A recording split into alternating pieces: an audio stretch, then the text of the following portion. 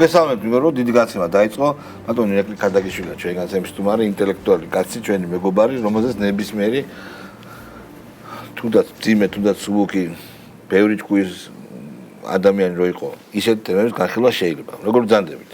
აზრობთ თქვენ როგორ გიკითხოთ? ჯერჯერობით კარგად. ეს არის სწორი. ჯერჯერობით რატო? სოფლიოში მიმდინარე ამბები მინდა გითხრათ. და გკითხოთ. ვის თუ არა თქვენ, იმიტომ რომ ყოველთვის საინტერესო ანალიზი გაქვთ. ინგლისის მეფე კარლ მესამე ჩავიდა ამერიკის შეერთებულ შტატებში. თვალსადევნებთ ამ ვიზიტს? დიახ. საოცარი იუმორი ჰქონია და ისეთი მძაფრი, მწარე მინიშნებები გააკეთა ამერიკის შეერთებულ შტატების პრეზიდენტის მიღებაზე თეთრსახში. თუნდაც ის რომ ჩვენო გადავაკეთეთო ასევე თეთრი სახლო და 1814 წელსო დაწვეს ინგლისელებმა ვაშინგტონი და მათ შორის თეთრი სახლი. ასევე საუბრობდა იმაზე, რომ თქვენ რო თქვითო, რომ ჩვენ რო არ მიგვიღო მონაწილეობა მეორე მსოფლიო ომშიო, გერმანმა დაპარკებდა ევროპაო და ჩვენ რო არ მიიღო მონაწილეობა მაშინ ინგლისის საფრანგეთის ომი იყო, რომელიც ამერიკაში მიმდინარეობდა და ამერიკის გაყოფას, კოლონიის გაყოფას გულისხმობდა, მაშინ თქვენ ფრანგულად დამარცხებულიყავთ, ფრანგულად ლაპარაკებთ. ანუ ყველანაირად აგზნობინა ვინ არის ბოსი. ისეთ ტიპს როგორც არის ტრამპიდან. თან ვიცით რომ ინგლისი თითქმის ყველა საიდუმლო და ჩათლახური ოპერაციის ხელმძღვანელი არის მსოფლიოში ჩვენთანაც მათ შორის ჩვენს კონტინენტზე და საქართველოშიც მათ შორის იმიტომ რომ სწორედ ინგლისელების დასახსრებულები ვართ ჩვენ რა სიტყვით ამ ვიზიტზე და ზოგადად რაც მე ვთქვი ეს იყო ასე თქვა ძალიან მნიშვნელოვანი ვიზიტი იმ კონტექსტში განსაკუთრებით როდესაც ჩვენ ხედავთ რომ რეალურად ამერიკის შეერთებული შტატების ამ ადმინისტრაციასა და ზოგადად ევროპას შორის, მათ შორის ინგლისს შორის ურთიერთობები საკმაოდ ცივდებოდა და ხშირ შემთხვევაში ამან ყველაფერმა კონფრონტაციული ხასიათი მიიღო, რაც განსაკუთრებით მკაფიოდ და მკვეთრად გამოჩნდა ამ ირანის და ორმუზის სრუტის გარშემო მიმდინარე აი მოვლენების დროს. ანუ ამას შეიძლება მიიღო, ან ჯერაც არავინ არ იცის, მიიღოს შეუქცევადი ხასიათი, რაც მთლიანად ცვლის ატლანტიკურ ერთობისა და არქიტექტურის სოფლიო, ასე ვთქვათ, ჩამოყალიბებულ კონსტრუქციას, რომელიც არ არის მარტო სამხედრო-პოლიტიკური, არის ეკონომიკური, გეოპოლიტიკური, კულტურული მათ შორის და მსოფლმხედველობრივი. ამიტომ ეს საფრთხე აი ამ სივრცეს მოკლედ რო ვთქვათ, ევროატლანტიკურ სივრცეს წინ უდგას. და ამ შემთხვევაში, რა თქმა უნდა, აი ეს მეფის ვიზიტი და ესეც აღსანიშნავია, რომ დღეს ევროპაში არ არიან არც ერთი პოლიტიკოსი, არ არის არც ერთი პოლიტიკოსი, რომელსაც შესწევს ან იმის უნარი, ან იმის ავტორიტეტი გააჩნია, რომ ამერიკის პრეზიდენტთან ამ დონეზე ისაუბროს და დიპლომატიური ენით, როგორც თქვენ აღნიშნეთ, ძალიან ისეთი დახვეწილი იუმორისა და კბილად მოუბარი ენით ყველაფერი პირში უთხრას და გასაგებად თანამედროვულად ასეთი დონის პოლიტიკოსი დღეს სამწუხაროდ ევროპას არ გააჩნია. ამიტომ ეს მისია თავის თავზე იქისრა ინგლისის უბრალოდ დიდი ბრიტანეთის მეფემ და უნდა ითქვას რომ ეს მისია მან ბრწყინვალედ შეასრულა და მისი ავტორიტეტი სოფლიო პოლიტიკაში დღეს მე ვფიქრობ ძალიან მაღალი არის. აქ ამ მისიაში არის ერთი ასე ვთქვათ ყველაზე რთული საკითხი. და ეს რთული საკითხი მდგომარეობს იმაში, რომ ამ ერთობის, ასე ვთქვათ, ერთ-ერთი სამიზნე უნდა იყოს, ეს პირდაპირ ესე არ თქმულა, მაგრამ რუსეთის დამარცხება. იმიტომ უკრაინის ხარდაჭერა სწორი ნათქვამი იყო, მაგრამ საბოლოო მიზანი უნდა ყოფილიყო ამის რუსეთის დამარცხება. აი აქ არის რუსეთი რო პირდაპირ არ იქნა ნახსენები მისი დამარცხება.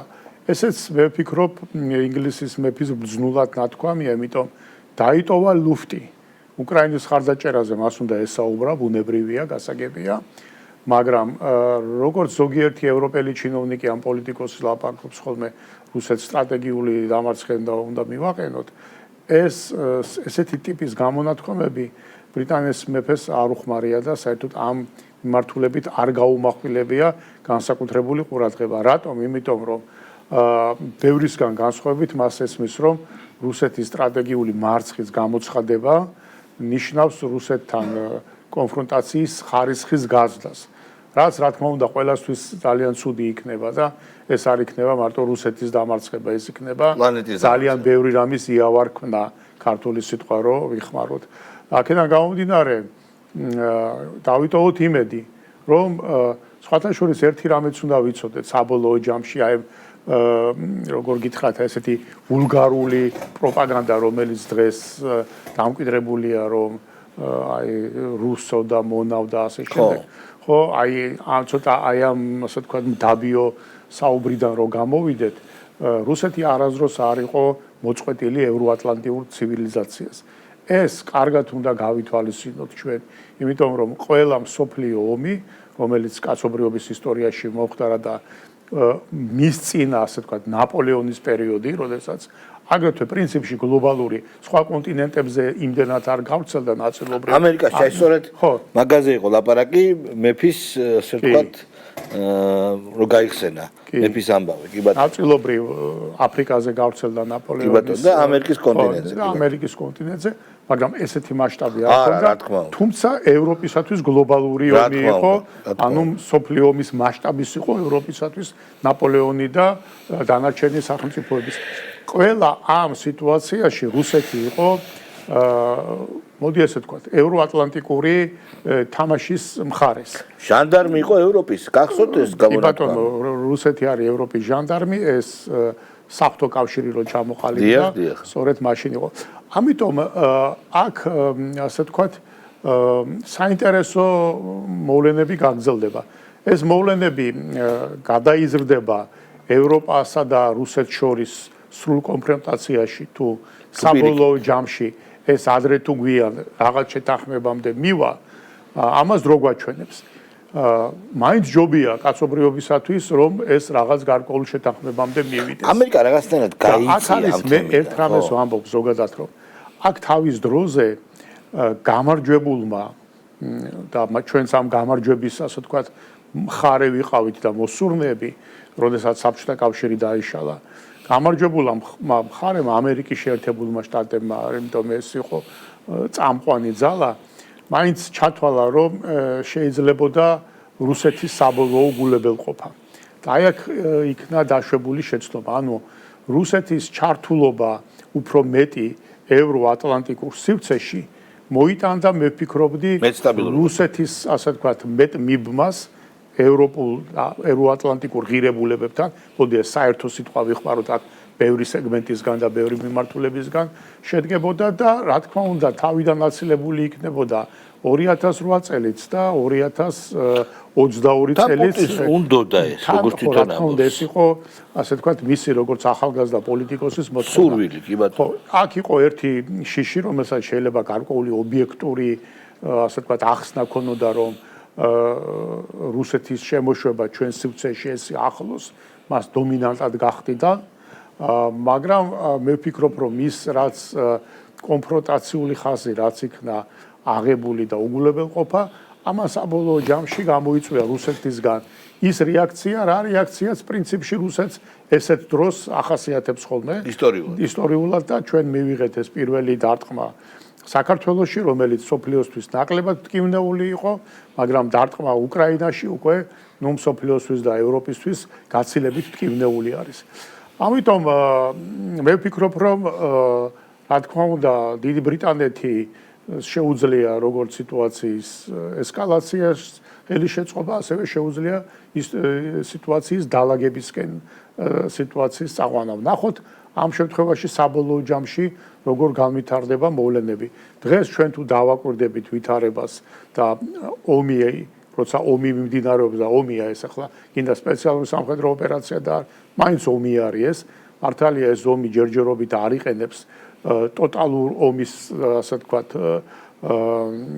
ხერხებს, ეს ტოტალური ომი ნიშნავს, როდესაც სამოქალაქო ინფრასტრუქტურა და ხალხი ნადგურდება, ეს მაინც არის, ასე ვთქვათ, წერტილოვანი დარტყმები ინფრასტრუქტურაზე, ენერგეტიკაზე და ასე შემდეგ, მაგრამ არ არის მასიური დაბომბვები სამოქალაქო სექტორზე და ადამიანების მასიური განადგურება, მაგრამ ომი დღეს არის ერთგვარ გაყინულ, ასე ვთქვათ, მდგომარეობაში, ვერც ერთი მხარე ვერ ახერხებს ფრონტის ხაზზე სიტუაციის მკვეთრად შეცვლას თუმცა ორივე მხარე მუშაობს ერთმანეთის გამოფიტვაზე. ამიტომ დაველოდოთ ვითარება როგორ განვითარდება, დაველოდოთ ცოტა ესეთი სიტყვა სეირის მაყურებლის მხრიდან კი არ ვამბობ, მაგრამ ზოგადად როგორ განვითარდება ეს ვითარება. ნუ ყოველ შემთხვევაში ამ ვიზიტზე რახან ითქვა, ამ ვიზიტის კუთხით ჩვენთვის ეს ყველაზე საინტერესოა, იმიტომ რომ როგორი იქნება მოვლენების განვითარება, ეს პირდაპირ ისახება ხოლმე საქართველოს. მესმის, ბანერკლი, ჩვენ გავართ კოზაკს, რომელსაც დიდი აკლიმების რემაში თუ რაც ქვია მას. ჯოგში ვართ კოზაკები, რომელიც ცდილობს არ გაიჭყლიტოს. ამას ვირტუოზულად ახერხებს ბიზნაიმაშვილი და ქართული ოცნება მართლაც საოცრებაა. როგორ აკეთებს ამას ეს ჯგუფი. მაგრამ ჯერჯერობით რაღაცები არ გარკვეულა. როგორც ვიცით, სისტემა ყოველთვის არ არის ქაოტური და ნებისმიერი ქაოტური სისტემა მიისწრაფის წესრიგისგან და პირიქით თერმოდინამიკის კანონია. როდესაც უფრო მეტად გამოიკვეთება კონტურები. რა გაგვაძლევინებს წონასწორობაში? რა არის ეს პოტენციალი, რაც ჩვენ გვაქვს, რომ სადღაც არ გადაგხარო? იცით რა არის, რომ დღეს ახლა ჯერჯერობით ჩვენ ასე ვთქვათ წონასწორობა გვიჭირავს გამომდინარე იქიდან რომ ამერიკის შეერთებული შტატების მხრიდან ჩვენზე პირდაპირ ზეწოლა არ მოდის. ეს არის ფაქტი. ეს ზეწოლა გაჩერებულია. ხო, იყო, გახსოვთ ხო, ყოველ დღე გარკვეული კარდი სახლდებიდან ყოველ დღე განცხადება და შეკვეთილი შეკითხვა და იქიდან გამზადებული პასუხი. ის შავი კაცი რო გამოდიოდა ხო? აბსოლუტურად გაუგებარი. თითქოს ამის დრო ჰქონდათ რა. ხო. დღეს ეს მოხსნილი არის პირიქით, ჩვენ უფრო პოზიტიური სიგნალები გვაქვს, კონტაქტები არის პოზიტიური, რაც გვაძლევს იმის საშუალებას, რომ ვთქვათ, რომ დიალოგი პოზიტიური მიმართულებით შეგვიძლია გავაგრძელოთ და აი ეს ურთიერთობების ხარისხი, მოკლედ აღვადგინოთ და უკეთესი გავაკეთოთ. ამის, ასე ვთქვათ, მოლოდინი ობიექტურ მოცემულობებზე დაყრდნობით არის. ნახოთ, ეს პროცესიც ცოცხალი პროცესია და როგორ მივა თავის განვითარების რა გზას მიაღწევს. მაგრამ ევროპის ნაწილისგან ჩვენ ხედავთ, რომ კვლავ, ასე ვთქვათ, გრძელდება საქართველოზე ზეწოლა, ხო? აი, კაია კალასის ერთ-ერთი ბოლო განცხადება იყო, რომ აი ჩვენ ხედავთ, როდესაც რუსეთი იმარჯვებს, რა ხდება იმ ქვეყანაში და მაგალითად ყავს მოყვანილი საქართველო. ანუ რო აქ დემოკრატია აღარ არსებობს ამის შემდეგ და ასე შემდეგ. ანუ ამ ქვეყანაში დემოკრატია აღარ არსებობს, ის ტელევიზიები, რომელიც მუშაობენ, ასე ვთქვათ, სხვადასხვა გემოვნების და სხვადასხვა პოლიტიკური თუ საზოგადოებრივი, ასე ვთქვათ, ინტერესების გამომხატველები, თურმე ვირტუალურია, არ არსებობს, გვეჩვენება ეს უწყვეტი, ასე ვთქვათ, პროტესტი თურმე არ არსებობს და სადღაც Facebook-ში არის და რუსთაველზე არაფერი არ ხდება და ამ დიქტატორული რეჟიმის პირობებში მოკლედ ეს დიქტატურა ვერ ახერხებს, რომ ბიზნესი დაიბაროს და უბრძანოს, რომ შენ მოგებას საერთოდ გააიუქმებ და პროდუქციას გააიაფებ. ესე დიქტატურაში ვცხოვრობ. მაგრამ ამას ხო არა აქვს მნიშვნელობა, ისევ იმას არა აქვს მნიშვნელობა, შენ ქიმიური იარაღი, კამიტი გამოიყენე თუ არ გამოიყენე. თავარია რომ უნდა დაგაბრალონ. ამიტომ ამ შემთხვევაში ჩვენ ხედავთ, რომ არის ეს მეორე ძალა, რომელსაც აქვს რუსეთის სტრატეგიული მარცხის მიყენების ეს, ასე ვთქვათ, სურვილი. და ამ სურვილში შენ ისინი გიყურებენ, რომ ამ სურვილში შენ მათ, ასე ვთქვათ, პირდაპირ ვთქვათ რა, მათი მხარი არ ახარ, იმ გაგებით, რომ მათი, ასე ვთქვათ, ამ ფრონტის ხაზის ერთი ნაწილი არ ახარ. ამიტომ მათთვის შენ ხარ, ასე ვთქვათ, მუდმივი თავდასხმის ობიექტი და მიზანი არის, რომ აქ ისეთი ხელისუფლება მოიყვანოს და მთელი ეს ოპოზიციური ორმტრიალი ხო აქედან არის გამოწვეული, რომ ისეთი ხელისუფლება უნდათ, რომელიც როგორც 2008 წელს კამაგასაო დაიძახებს და მერე რა მოხდება, ეგ მეორე სერია იქნება, ხო? თორე ეს რო არ ნდომებოდათ და მათ რო აქ საქართველოში დემოკრატიული პროცესის შემდგომი ხელშეწყობა გაფურჩქნა დომებოდათ, 2024 წლის არჩევნები იყო ამის ბრწყინვალე საშუალება მათთვისაც და ოპოზიციისთვის, მაგრამ მიზანი სხვა იყო აქ დემოკრატიის აყვავებაზე კი არ არის ლაპარაკი და შენი ეკონომიკის 8-9% აზდაზე. ლაპარაკია რომ დროზე ის ძალა, რომელიც რუსეთთან აი ამ სტრატეგიული მათი გარკვეული ნაწილის სტრატეგიული დაპირისპირების და ომის პირობებში უნდა ყოფილიყო ამ ამოცანის შემსრულებელი. ეს ამ ხელისუფლების პირობებში არ ხდება. ანუ აქაც გარკვეულწილად დიდი გეოპოლიტიკური ბრძოლა არის და აქაც შენი გადასაწყვეტი ეს ბრძოლა როგორ დამთავრდება არ არის. უბრალოდ შენ როგორც ხელისუფალი და როგორც ადამიანი ვალდებული ხარ რომ მაქსიმალურად ბოლომდე შენი სამუშაო შეასრულო, შენი პრინციპულობა გამოიჩინო, რომ ქვეყანა მარტივად რო ვთქვა, ამ დიდ უბედურებაში, ამ დიდ შარში არ გახვიო. ეს საბოლოო ყველა ომი ადრე თუ გვიან მთავრდება. და ომის დამთავრების შემდეგ კი ნათქვამია ომი დამთავრდა გეშინოდეთ მშვიდობის, მაგრამ ჯობია დაანგრეულ ქვეყანა შეხვდეს ომის დამთავრებას თუ შენახული და გარკვეულწილად განვითარების გზაზე ხო მიმავალი ქვეყანა. ამ შემთხვევაში კარგიც მეტი შეხვდება და თუ რამე ცუდია, იმ ცუდსაც უფრო ასე თქვათ რო იტყვიან ადვილად მოერევიან, დაითმენ, როდესაც ქვეყანა ფეხზე დგას. აი ეს არის, მეტი არაფერი. ვერც ჩვენ ამერიკის შეერთებული შტატების ქცევას და ვერც გლობალური ძალების ქცევას და ვერც რუსეთის ასე ვთქვათ ხელისუფლების ქცევას ჩვენ ვერ შევცვლით. მაგრამ ჩვენი პოზიციონირებით შეგვიძლია ქვეყანის შეცვლა და რა თქმა უნდა, კიდე ერთი ძალიან მნიშვნელოვანი რამ. საბოლოო ჯამში ნახეთ როგორ არის ხო ეს ცხოვრება ხო გეოპოლიტიკური მოვლენები ხო დინამიურად ვითარდება ხო? დღეს აღმოჩნდა რომ ეს შუა და ერეფანი ძალიან მნიშვნელოვანი არის. ამიტომ ერთი არის კი საომარი რიტორიკა, მაგრამ მეორე არის ცხოვრება, რეალური ცხოვრება. ამიტომ იმ ევროპასაც უნდა რომ ამ შუა და ერეფანი კარგად ფუნქციონირებდეს. და ამ კარგად ფუნქციონირებას აქ ომი და ყაჩაღობა კი არ ჭირდება. ჭირდება სწორედ სტაბილური ქვეყანა. მაშინ კითხავ ძალიან მარტივად. აბა ნეიტრალურ საქართველოს არსებობს ესეთი პარტია. რატო არ ემხრობა ოცნება მათ ასე ვთქვათ ნარატივს? თითქოს და იგივე ილაპარაკეთ, შორს არ ილაპარაკეთ. არა, რა არის იცით რომ ეს ხო არ არის მარტო ასე ვთქვათ საქართველოს სურვილი ევროკავშირში გვინდა გაწევრიანება. ეს ხო არის მათ შორის ევროპის ასე ვთქვათ მდგომარეობაც. არა, ნახეთ რას ვამბობ. ევროპის მდგომარეობაც, ახლა ჩვენ ხო რეალისტები უნდა ვიყოთ. ევროპა რეალურად ევროკავშირი მზად არის გაფართოებისთვის. არა, რა თქმა უნდა. მე თუ მკითხავთ, არ არის მზად გაფართოებისათვის. ამიტომ ახლა ჩვენ რომ რაღაცა ჩვენი სურვილი ესე ის არ არის მზად. მე ამაში დარწმუნებული ვარ. ის რომ ამისთვის მზად იყოს და სხვანაირი მიდგომა ქონდეს, საქართველოსთან სულ სხვანაირ დიალოგში და სხვანაირ თანამშრომლობაში იქნებოდა. უბრალოდ იცით რა არის, რომ ჩვენ არ გადავდგათ ისეთი ნაბიჯები, რომელიც პირიქით ჩვენს მოწინააღმდეგეს საშუალებას მისცემს, რომ საქართველოს დაბრალდეს და საქართველოს საერთოდ მანკიერი ხარ არის ევროკავშირი უკვე და ობი ხარ შეუჩდა უკვე რამოდენიმე წელია და არამც თუ განვითარებაზე, საერთოდ არსებობაზე ლაპარაკიც კი შეიძლება ზედმეტი იყოს.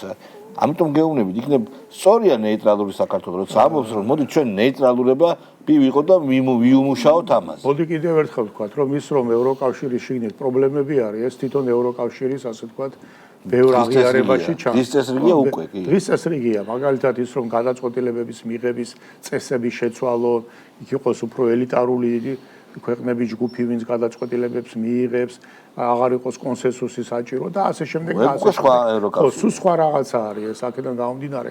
ამიტომ ამბობთ რომ რა იქნება ევროკავშირი ხვალ ამაზე დღეს დააზუსტებითი პასუხის მიცემა შეუძლებელია. აქედან გამომდინარე, იმიტომაც იყო რომ ჩვენ ხელისუფლებამ პრინციპში გონივრული წინადადება თქვა. მით უმეტეს იმპულსზე, როდესაც მათ თვითონ თქვეს რომ დიალოგს ვაჭერებთო არჩევნების წინ ჯერ კიდევ. ხო? ჩვენ უთხარით რომ ჩვენც აღარ დავიწყებთ ყოველ 6 თვეში ერთხელ ამ ასე ვთქვათ შეხსენებას, რომ იქნებ დაგველაპარაკოთ. ჩვენ გავაგზავნებთ განვითარებას და 2028 წელს კიდე შემოვალ წინადადებით რომ შეიძლება აღარც მოგვიწევს. ისე განვითარდეთ. ეგ არ ვიცით. გამორიცხავთ ამას. ეგ არ ვიცით ჩვენ. ყოველ შემთხვევაში ჩვენი საშინაო დავალება ამ შემთხვევაში რაც არის, ეს საშინაო დავალება უნდა შევასრულოთ. მაგალითისათვის ზოგს ევროკავშირთან ასე ვთქვათ ურთიერთობა გონია რომ ეხა ევროპელი თუ ჩამოვაქ რომელიღა ოფიციალური პირი და შენ წითელ ხალიჩას გაუგებთ ის თუ ჩახვალ და იქ გაგიგებენ ეგ არის ევროპა ევროკავშირი. ევროპა და ევროკავშირი არის მთელი რიგი ასე ვთქვათ სისტემური განვითარების რეწველობიდან დაწყებული, რა ვიცი, ფასებით დამთავრებული და 1000 სხვა რა. აქედან გამომდინარე, ამ მიმართულებით მუშაობთ ჩვენ, რომ რაც არის კარგი ევროპაში, რაც არის რეალურად კარგი ევროპაში, რაც ეკონომიკა, სოციალურ ცხოვრებას და ასე შემდეგ, ის რაღაცები გადმოვიღებთ და ხო, გავაკეთებთ. იქ რაც არის გაკეთებული. ძალიან ცოტა რჩება კარგი, ეხლა რაც ხდება. არა, ნახეთ რას ვამბობ. ბევრი რამე არის იქ ისეთი გაკეთებული, რასაც ჩვენ თუ გავაკეთებთ და ობიექტურად კარგი იქნება. მაგრამ მაგალითად დამოკიდებულება რუსულ ენერგომატარებლებთან. ამის გამო ღაფავს. და როცა შეიძლება ჩვენ გავხდეთ კავშირის წევრი, შეიძლება გითხრა რომ რუსული ნავთობი, გაზი არ მოიხმაროთ. შეუერთდით ემბარგოს და დავიღუპებით. არა, მე მაგაზე არ გელაპარაკებ. მე პოლიტიკურ გადაწყვეტილებებზე კი არ გეუნდებით. მე გეუნდებით მაგალითად სოციალური პოლიტიკა როგორი შეიძლება. ამაშია საქმე. ხო, ის როგორი შეიძლება, ესო, მაგრამ ეგ არის პოლიტიკური გადაწყვეტილება. რომელიც დღითიდღე უარესდება. იქ უარესდება, მაგრამ ხო არის რაღაცა ობიექტური საქმეები გაკეთებული სისტემური. რომელსაც აფუჭებენ. აფუჭებენ, მაგრამ ჩვენ კარგი რაც იყო ის გადმოვიღოთ. თქვენ წარსულში რაც გაკეთებული აქვს, კარგი. ის კარგი აქვს, ჩვენ გვჭირდება რომ გავაკეთოთ. ამას ვამბობ. თორე ეხლა ის რომ თორე ეგრე გვითხრეს და რეზოლუციაში ჩაგვიწერეს რომ დაუწესეთ რუსეთს პირდაპირ სანქციები და ეს ხო მარტო ეკონომიკის კოლაფსით არ დამთავრდებოდა. ამას ხო მთელი რიგი პოლიტიკური და ასე გვეუბნებიან. არ გავაუქმებთ ამ გაჭირვებას. LGBT პროპაგანდის კანონი ერთ-ერთი პირველი იყო და სერიოზული მოთხოვნაა.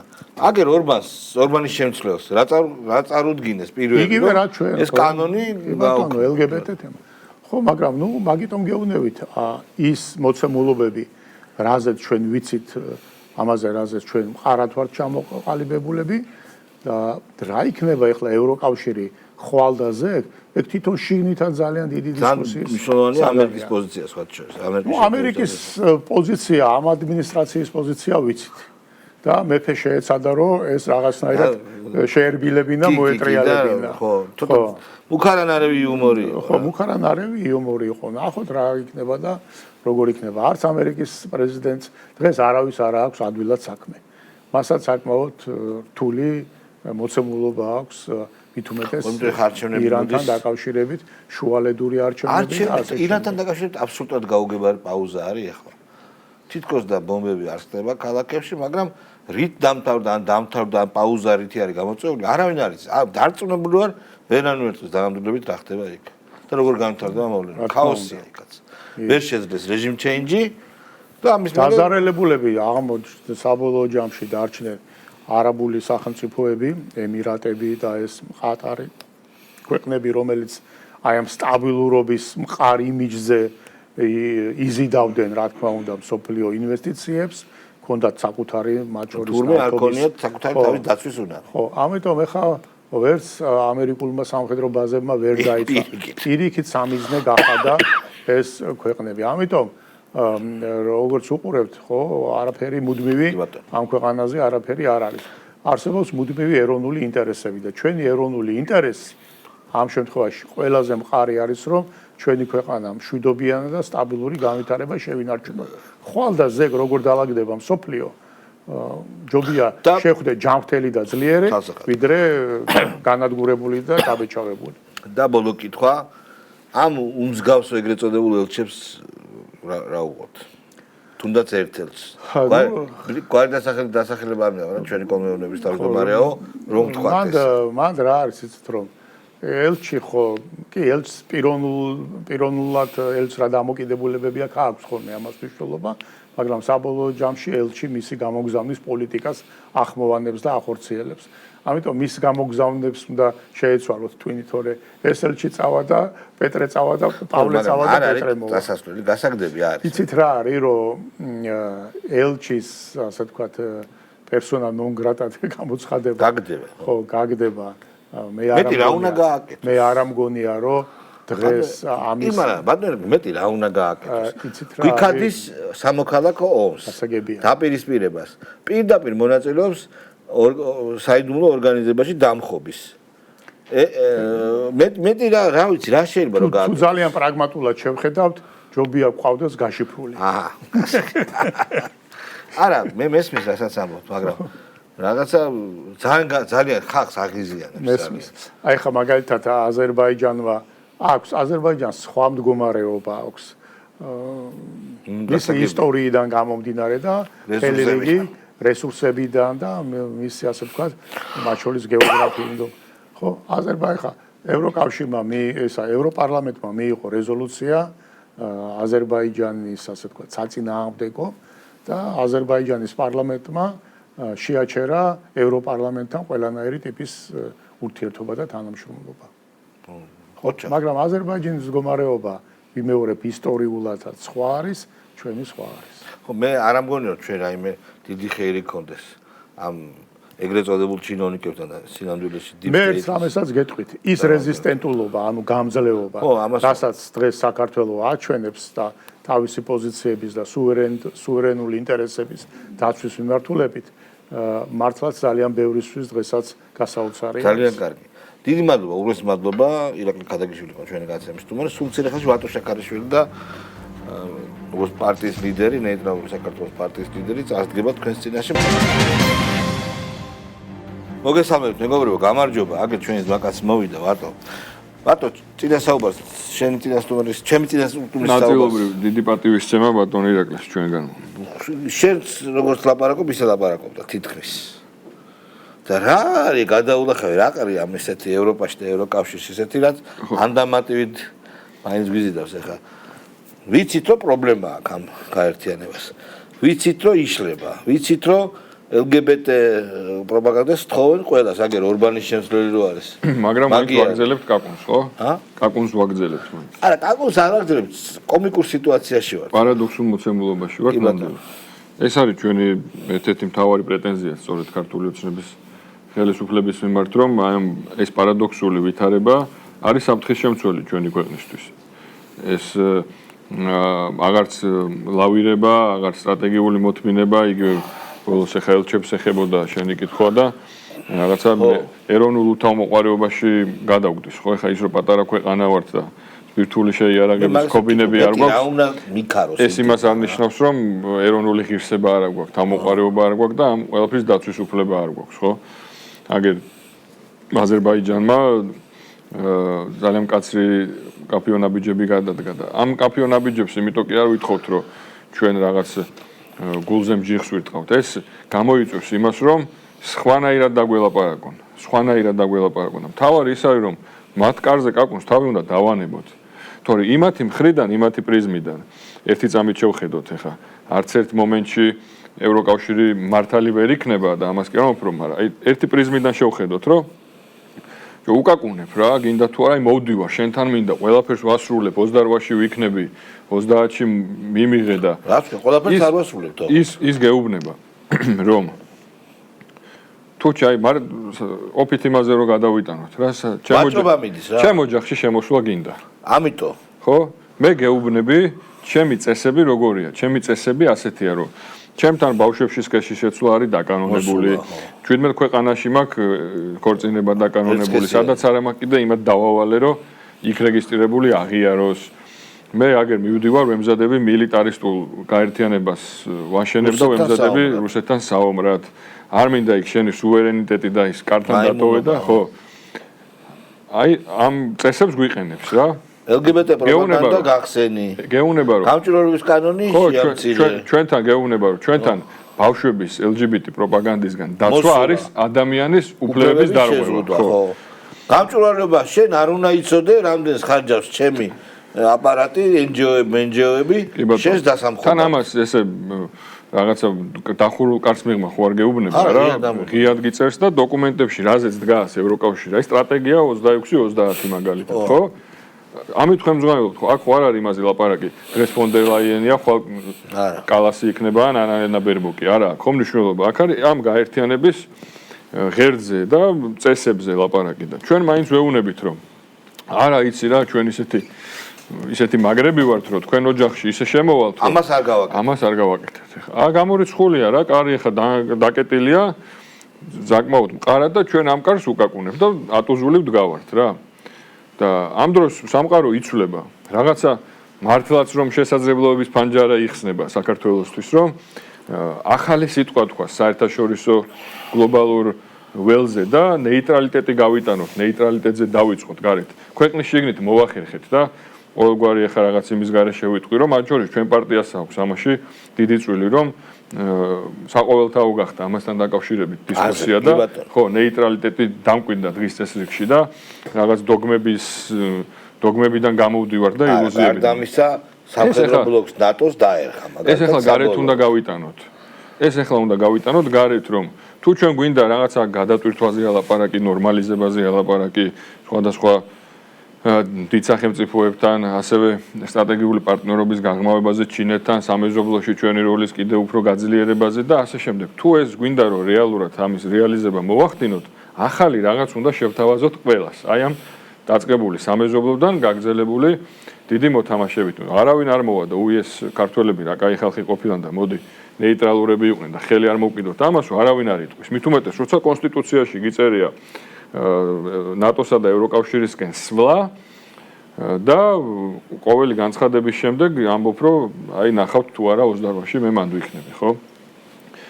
ესეთ ვითარებაში ეს აღარ არის უკვე რაღაც ბალანსის დაჭერა, ეს პირიქით უფრო საფრთხის შემცველი ხდება ყოველდღიურად. ეხლა ჩვენ ქართული ოცნების ხელისუფლებას არ ვუკარგავთ იმ მონაპოვარს, რაც არის ჩვენი ქვეყნის მშვიდობა დღეს, რამაც თავის მხრივ განაპირობა ეკონომიკური წინსვლა, მაგრამ ეს ხედავთ, რომ არის ძალიან მყიფე. ძალიან მყიფეა და აი ამ პარადოქსული მოცემულობის პირობებში ნებისმიერ მომენტში შეიძლება ჩამოიშალოს.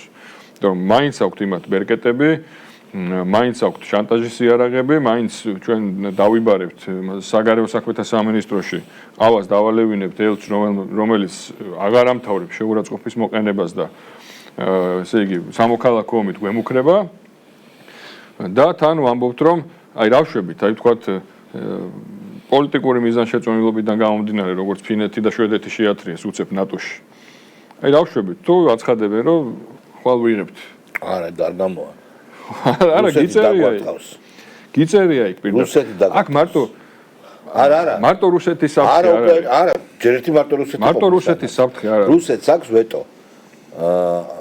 პოსტსაბჭოთა ქვეყნების ნატოზე გაფართოებაზე. ეგ ცხადია. აგერ უკრაინა არ არის ამის დაწესება. ყველაზე ხელშესახები და ყველაზე რეალისტური და ყველაზე მძიმე რა თქმა უნდა ეს საფრთხეა, იმიტომ რომ ჩინეთის უკაცრავად ფინეთის და შვედეთისგან განსხვავებით დედაქალაქებიდან 40 კილომეტრში რუსული ბაზები არ დგას მათ ტერიტორიაზე.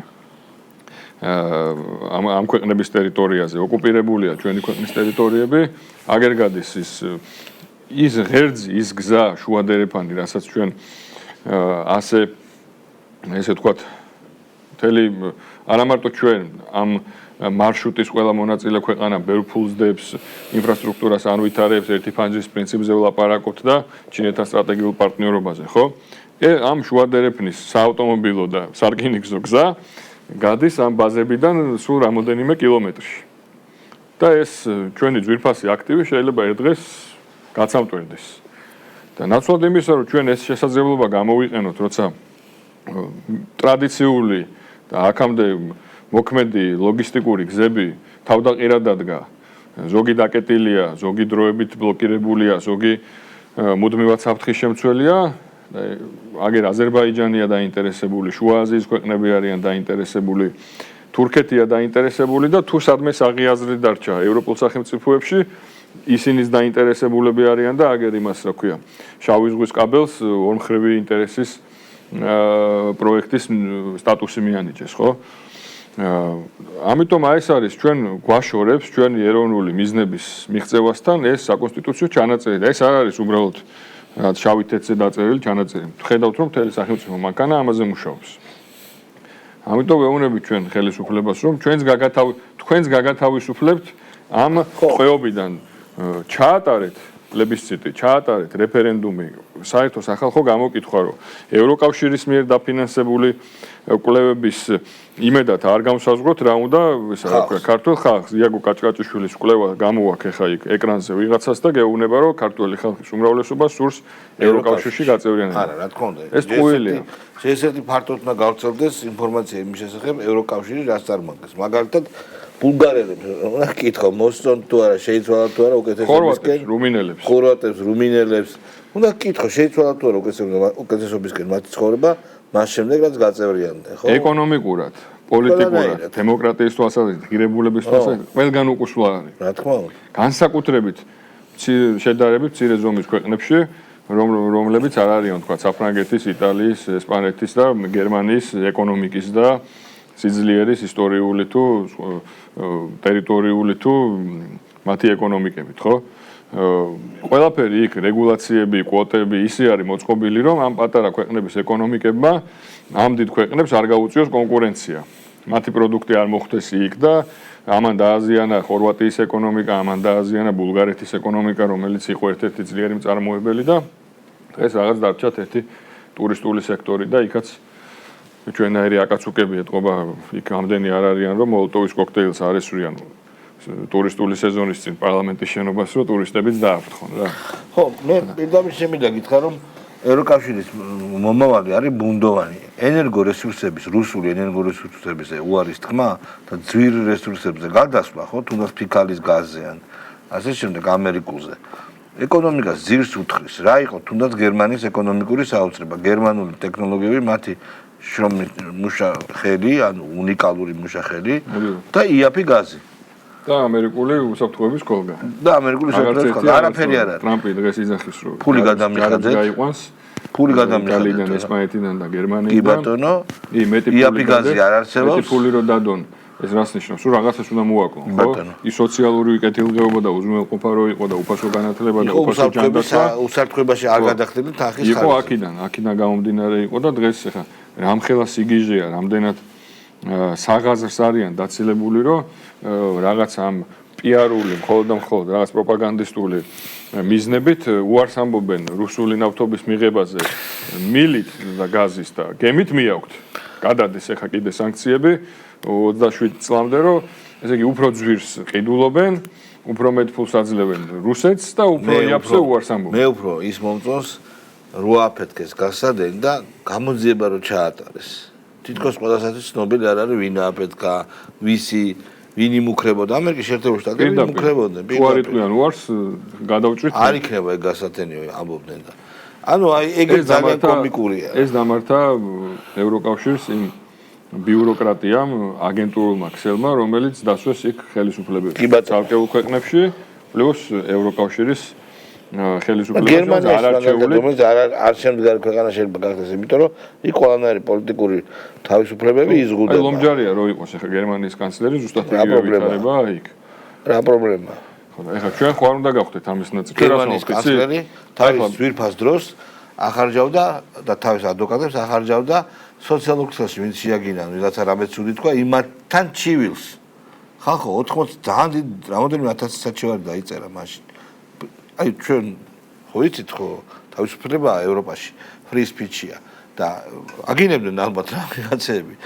და მათთან სარჩელები ძალიან რამოდენიმე 1000 შეადგინა და ომობს და იბრძვის რა. ეხლა ხო ფარისევლობის აპოთეოზია საერთოდ. ეხლა აპირებენ რომ დემოკრატიის ფარი ქვია აქტს, რომლითაც პირდაპირ ხრეტენ დემოკრატიას ევროკავშირის ქუჩებში. ხო რაღაც ორგანიზაციებს აპირებენ. აბსოლუტურად აი ცენზურა, აზრის გამოხატვის შეზღუდვა ქსელში, მედიაში, პიროვნულად სამსახურებში, პირდაპირ აი ავტოკრატიას აყალიბებენ. შარმიშელმა ხო თქვა ფონ დერ ლაიენზე რომ ავტოკრატიას აშენებს. ხო და ეხლა რა არის მთავარი რომ ჩვენ აი ამ საუბრის შემდეგ ორივე რომ მოვიხებთ. ხო, და მე რომ ვთქვათ რომ ჩვენ მაინც გავწევრიანდებით. ეს დალოცვილი გეთანხმებით აღწერაში აბსოლუტურად რისკი არის მეტი, რისკი მიხვდი? მაგრამ ამაზე მეტად რა უნდა გაგვიმართო? ჩვენ ხო ვეუბნებით რომ ამას თავი დაანებით და ოდეკაბეში გაწევრიანდიო. ჩვენ ვეუბნებით რომ სიახლე, აი ეს არის ნამდვილი თვისებრივი სიახლე. 35 წელიწადი ამ რაღაც ილუზიაში ვიცხოვრეთ, ამ რაღაც მრუდეგზით ვიარეთ, სად მივედით, ხო რა არ გადავიტანეთ. უბრალოდ აი მართლა რომ ეხა შენთან ყველაფრის მომსწრე მონაწილე და უდიდეს ნაწილ საზოგადოების ეს თავის თავზეა გადატანილი, ხო? ომები, გრევა, შიმშილი, ზეწოლა, რევოლუცია, ცემატყეპა, პირადი ცხოვრების ხელყოფა, ქონების ჩამორთმევა, ციხე, წამება, ხალხი დახოცეს. ამას იქიდან მე დემოკრატიის შუქურას ეძახდნენ. მე ეს 13 წელი სუმოთმინება გადადება ეხლა სულგძელი ხალხი ხო ქართველი ხალხი მიტევებაც ცადა ხალხმა და რა არცადა ხო მაგრამ არ ამართლებს ეს ყველაფერი იმიტომ რომ იქით ხარეს არის ძალიან კონკრეტული მტერი რომელსაც უნდა რომ შენ აქიდან ან დაგხოცოს ან გაგყაროს და თვითონ ეს ქვეყანა ვატო შიდა პოლიტიკაში რა პრობლემებს ხედავს საქართველოში ეს ორი ერთმანეთთან კორელაციაშია რა ხელისუფლებას არ ყავდა წლების განმავლობაში ოპოზიცია რომელიც შეაჯანჯღარებდა რაღაცა შეცდომას გაუსწორებდა ალტერნატივას შესთავაზებდა გიჟები ხო გიჟები ერთი მხარე რომელიც ანუ შენ გეჩხუბება აბსოლუტურად შეურაცხადი ადამიანი და მოდუნებული ხარ რა თქმა უნდა ეხა იმან რაც არ უნდა თქვას ეხა ტევე პირველიდან მამაო ჩვენ ვარ დაიჯერება და გამარჯობა არ დაიჯერება ხო ანუ რაც არ უნდა გამხილოს ასე ვთქვათ დამთავრებულია ის და კომფორტში ხარ რა სრულში და ეს რა თქმა უნდა ძალიან ბევრ პრობლემას იწვევს დღესაც ვართ ამ პრობლემის წინაშე ხო ეხა იქ იმ პარლამენტში ხეს გახარიას ის რო შევიდა რა ქვია სააკაც უკეთიო გახარიას იმის რა ქვია ხო რამე ადეკვატური თქვეს რამე ალტერნატივა შესთავაზეს რამე დიალოგში შევიდნენ ან დებატში შევიდნენ ხო მარტო არიან და აი კომისიის მუშაობაც ამის შედეგია იმიტომ ძალიან დიდი იმედგაცრუება არის საზოგადოებაში დიდი მოლოდინი შეიქმნა აბსოლუტურად უსაფუძვლოდ აი ამ კომისიის მუშაობასთან დაკავშირებით რომ ეს გამოიწვევდა ძალიან მალე ფასების შემცირებას ახლა მოვდიოთ და ვნახე ეს კომისიის დასკვნა იმ კომისიის დასკვნაში რაც წერია ბატონმა ირაკლი კობახიძემ 5 თვის წინ ზუსტად იგივე განაცხადა მის ვიდეო მიმართვაში რასაც მთელი ეს ესე ვთქვათ პროცესი და კამპანია მოყვა მან აბსოლუტურად იგივე აღწერა ეს პრობლემები მან გამოიტანა საჯაროდ ილაპარაკა მიზეზებზეც რაც იწვევდა ამ ფასების ასეთ ზრდას გარდა იმ ფაქტორებისა, ბუნებრივი ფაქტორებისა, რაც არსებობს, ხო, ფასებთან მიმართებაში ეს ჩვენ ვერ ამოგვიглებს. სოფლიო ვითარება. ნუ იმპორტ დამოკიდებული ქვეყანა ვართ. ჩვენი წარმოება სამწუხაროდ ძალიან მცირეა და არ გვაქვს.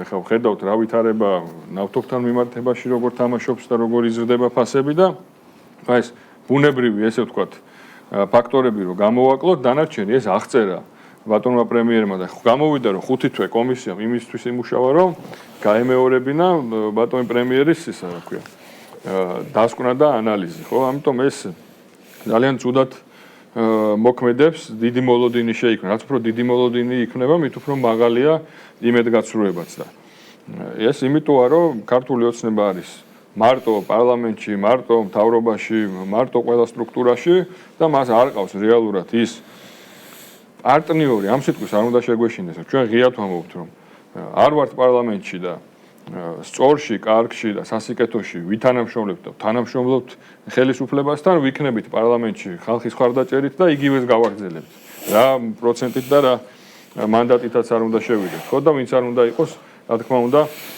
იმ მომენტში ვთქვათ ხელისუფალი თუ საქვეყნოს გააკეთებს ჩვენ ამაში მონაწილეობას მივიღებთ ხარს დაუჭერთ თუ ხედავთ რომ რაღაც არასწორს აკეთებს იქ იმას კი არ ვეთქვით რომ შენ არასწორს აკეთებ გაიწია მე უნდა მოვიდე ჩვენ ვეთქვით ალტერნატივა რა შეიძლება იყოს უკეთესი რა შეიძლება იყოს ამას ხელს შეუწყობს აქაც ქონდა ჩვენ არაერთი ჩვენ თავიდანვე გამოვხატეთ ინიციატივა და სურვილი რომ ჩავრთულიყავით ამ კომისიის მუშაობაში და კონკრეტული 10 პუნქტიანი გეგმაც წარვადგინეთ იმასთან დაკავშირებით რა არის გასაკეთებელი და შეიძლება შეუძლია საზოგადოებას ჩვენ გვაქვს ბენდუგიძის შექმნილი თავისუფალ ბაზარზე დაფუძნებული ეკონომიკა, რითაც თავი მოგვაქვს.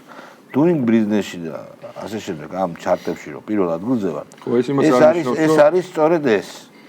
ეს არის რომ ჩვენ სოფლიოში ერთ-ერთი იოლად საკეთებელი ბიზნესია და როგორ აკეთებენ იცი ამ ჩარს? ქვეყნის ჩართულობა რამდენი არის? რამდენი ჩინოვნიკების. ხო და თუ სახელმწიფო არ ეხლა ჩვენ გვითხრეს. მაშინ თუ გინდათ სოციალურად ორიენტირებული ბიუჯეტი, მე სასტიკი წინამდე ვარ. მე მარჯვენა ვარ, მაგრამ თუ გინდათ, უნდა აირჩიოს ჩვენი ბიუჯეტი. მაშინ უნდა შეცვალო ფუნდამენტურად ეკონომიკა, მიდგომა. უნდა გაკეთო ევროპულ სოციალისტური მიდგომები. გეტყვი, შალვა, ნახე. ხო და ერთად არ გამოდის. აიღე ეკონომიკის სამინისტროს, სოფლის მეურნეობის სამინისტროს. აიღე კონცეფციები 20-25 ასე შემდეგ რა, რაც იქნება სტრატეგიები, ყველაფერი აწყობილია ევროკავშირთან ასოცირების შეთანხმება, ევროკავშირი, მეტი რეგულაცია არის. ვიდრე საქართველოში დღეს. იმ რეგულაციების შემოტანა, ფასებზე რო ძალიან ნეგატიურად მოქმედებს და რო იზრდება ფასები, მაშინ ბიზნესი არ დააკლებს ფასს. მაშინ უნდა გითხრა რა დაარეგულირო, არა. შენ უნდა გითხრა რა გვინდა. ფასის დაკლება მოწმე მე და შენ სტაბილური ხარ. ფასები სულ გაიზრდება. ცხოვრება ძვირდება, ფასები გაიზრდება, მაგრამ ფასი უნდა იყოს სტაბილური. შემოსავალიც უნდა ეწეოდეს. შემოსავალიც უნდა ეწეოდეს. რთული როა ეხლა ადვილი პოლიტიკით რაც არის. ადვილი ფაფის ჭამა, რა თქმა უნდა, მაგრამ ეკონომიკური პოლიტიკა აბსოლუტურად გეთანხმები, თვისებრივად უნდა შეიცვალოს. მაგრამ მეორე მხრივ მე თუ ამბობ რომ მე ვერევი, მაშინ უნდა ჩაერევი. მაგრამ მე როგორც თუ ამბობ რომ არ ერევი, მე ვარ ჯვენი ადამიანი. მე მიმაჩნია ეკონომიკურის და სწორედ იმიტომ არის შესაძლებელი რომ სახელმწიფო არ ერევა ბიზნესში და ველურად ესე ჯიგრულად 10%-ით იზრდება. თუ ჩვენ ჩავერევით სახელმწიფო, მაშინ ესეთის და არ გვექნება. კანონია ეს უბრალოდ. ეს პირდაპირ ამას არ ჩვენ ძალიან დიდი ხარჯი პირდაპირ ამას არ უდევთ ჩვენ არ ვამბობთ რომ შოლტით უნდა ეხა დადგეს ეკონომიკის მინისტრის მოადგილე და მაგას გეუბნები რომ თვისებრივად უნდა გადაეხა ხელისუფლება აქაც არის არათანმიმდევრული. არათანმიმდევრულია და ამაშია პრობლემა რომ თუ ამბობ რომ მე ეხა კომისიას შევქმნი, მე ეხა სულს ჩავთავ, მე ეხა ამას გამოვიძიებ, ხო? აღწერა ვითარების რა თმინდა, მეც ვიცი, შენც იცი და ნებისმიერმა მოქალაქემ იცის, რომ ვიტრინაზე, მაღაზიაში პროდუქტი არის ძვირი და კომისია შეიქმნა ამისთვის 5 თვე იმუშავა თუ 6 თვე, რომ გითხას, რომ ფასები არის ძვირი. გასაგებია, მაგრამ შემდეგ არა ამას თქვენს რომ ზემოგებებზე არ არის ლაპარაკი. გადაჭრა იმისი პრობლემის გამაშია რომ ჩვენ ავირჩიოთ რა გვინდა. ანუ უფასო ყველი არის სათაგურში. რაღაცებს უნდა დავაკლოთ, რაღაცებს უნდა მოუმატოთ, გადასახადებს უნდა დავაკლოთ. არ ვიცი. გადასახადები საქართველოში არ არის ისეთი გადასახადები აბა მაშინ დაუწესო მოგების მარჟა მაგალითად ბიზნეს. მოგების მარჯას ახლა მე ვერ წარმოგენია როგორ უნდა დაუწესო. კომისიაც იძახის რომ ეს არ შეიძლება. ბევრი გზა არსებობს, კანონიერი და არა ძალადობრივი და არა სახელმწიფოს ნებისმიერი გზა, რომელიც ანტიმონოპოლიური სამსახური, სხვადასხვა ანტიმონოპოლისტური კანონები, კონკურენციის შეზღუდვის არ დაშვება კანონის საშუალებით. დასარჩევია, კაიგე? მაგას ვამბობ, ერთი და იგივე ლიბერალური მიდგომაა საჭირო. ერთი და იგივეს ვამბობ. სოციალური მიდგომაა საჭირო. როგორ უნდა მიუდგე? ერთად არ გამოდის.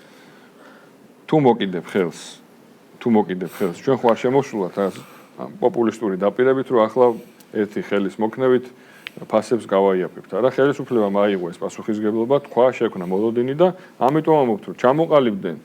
თუ ამბობენ, რომ პარლამენტით, სუსით, თავრობით ჩაერევიან და რაღაცნაირად დაარეგულირებენ, რომ ფასები იყოს სტაბილური ქვეყანაში და არ იყოს ასეთი ძვირი პირველადი მოხმარების. მე მგონი ფასებზე კი არა, უნდა იყოს შემოსავლები პროდუქტებზე. რა თქმა უნდა, შემოსავალი უნდა დაეწიოს. ფას რა აზრი აქვს? ვაშლის 3 ლარი. ეგ შენი 3 ლარი საშუალო ხელფასის რამდენი პროცენტია? აი ეგ არის ყველაზე მნიშვნელოვანი. ნომინალს რა აზრი აქვს? ჩვენ შემოსავლები უნდა ეწეოდეს, რა თქმა უნდა. ეს ეკონომიკური ზრდა, ეს კეთილდღეობა უნდა აისახებოდეს. ხო, მაგრამ ამ ხრივაც კიდე ხელისუფლებას მოსახლეობაზე. ხელისუფლებას რომ დავისავროთ. რთულია, ბიჭო, აი ქართველებმაც თავის თავზე დავიბრალოთ რაღაცები, გეხვეწები რა. ჩვენ ხო პოპულისტები არა ვართ. დავიბრალოთ რა, იმიტომ რომ ძალიან დიდი ტვირთია ძალიან ბევრი პენსიონერი ყავს, ძალიან. ეს პენსია ხო არ არის, ეს დახმარება, ხო? ბიუჯეტი სოციალურად ორიენტირებული ძალიან დიდი წნეხია. აუზარმაზარი. მე აი რომ მიდიან და უცხოეთში რომ მუშაობენ, აქ არ მუშაობენ. ეგეც არ არის სწორი, ზოგი საერთოდ არ მუშაობს.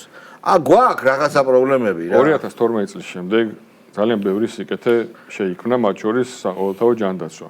იქაც ძალიან ბევრი პრობლემა გაჩნდა, იმიტომ რომ ძალიან დიდი ფული არა კონკრეტული პაციენტის და საჭიროების მქონე ადამიანის ჯანმრთელობას, არამედ კონკრეტული ტიპების გამდიდრებას ხმარდება. რა თქმა უნდა. გამოაშკარავდეს ეგენი. ამ სისტემაში არის ჩასარევი. ჩვენ ნახავთ იქამდე რომ მივალთ, აღმოჩნდება რომ ვიღაცები ქართული ოცნების პარლამენტის წევრია, ვიღაცა იქნება ვის ამისგან ხეირობს. როგორ არის ცივატო, ჩემო კარგო? აი ვერ გაიგებ რა. უნდა რაღაცა ჩამოყალიბდეს, მაშინ ბენდუგიძის ეკონომიკაზე უარი უნდა ვთქვა. ცალსახად. უარი უნდა ვთქვა. ცალსახად. ამ რაღაცა doing business-ში მე რამდენი ადგილზე ვარ და ეს ფეხებზე უნდა დავიკიდოთ.